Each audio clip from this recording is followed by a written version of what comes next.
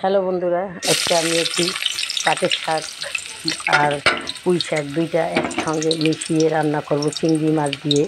সেই জন্য আমার লাগবে পেঁয়াজ কুচি, রসুন বাটা, কাঁচামরিচ আর লবণ, স্বাদ মতো লবণ, কিছুটা ধনিয়ার গুঁড়া, হলুদ, মরিচ, এগুলা লাগবে।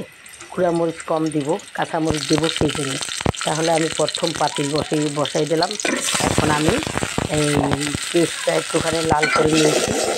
এখন কিছুটা চিংড়ি মাছ ঢেলে দিয়েছি, কিছুটা চিংড়ি মাছ দিয়েছি।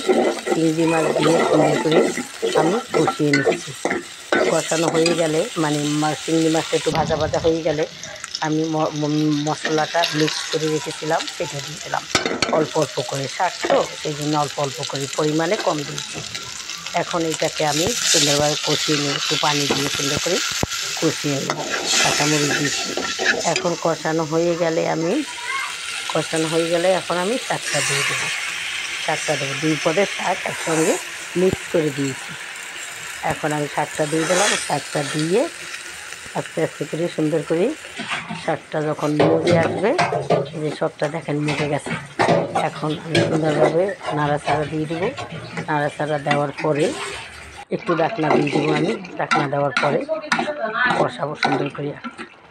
প্রায় শাকটা আমার হয়ে আসছে বন্ধুরা। দেখেন কত সুন্দর ইচা মাছ, চিংড়ি মাছ দিয়া শাকটা খেতে খুবই সুস্বাদু, মজাদার। গোস মাছের সাথে শাক সবজি খাওয়া খুবই প্রয়োজন। তাই আমি সবসময় কোনো না কোনো শাক রান্না করি। দেখেন আমার এই শাকটা যদি আপনাদের ভালো লাগে তাহলে আমাকে অনেক অনেক লাইক করবেন এবং শেয়ার করে দেবেন আমার চ্যানেলটা, এবং আমার চ্যানেলটাকে সাবস্ক্রাইব করে দেবেন। বন্ধুরা, যে যেখান থেকে দেখেছেন আমাকে কমেন্ট করে জানিয়ে দেবেন। ভুল ত্রুটি হলে আমাকে ক্ষমা করবেন। আসসালামু আলাইকুম।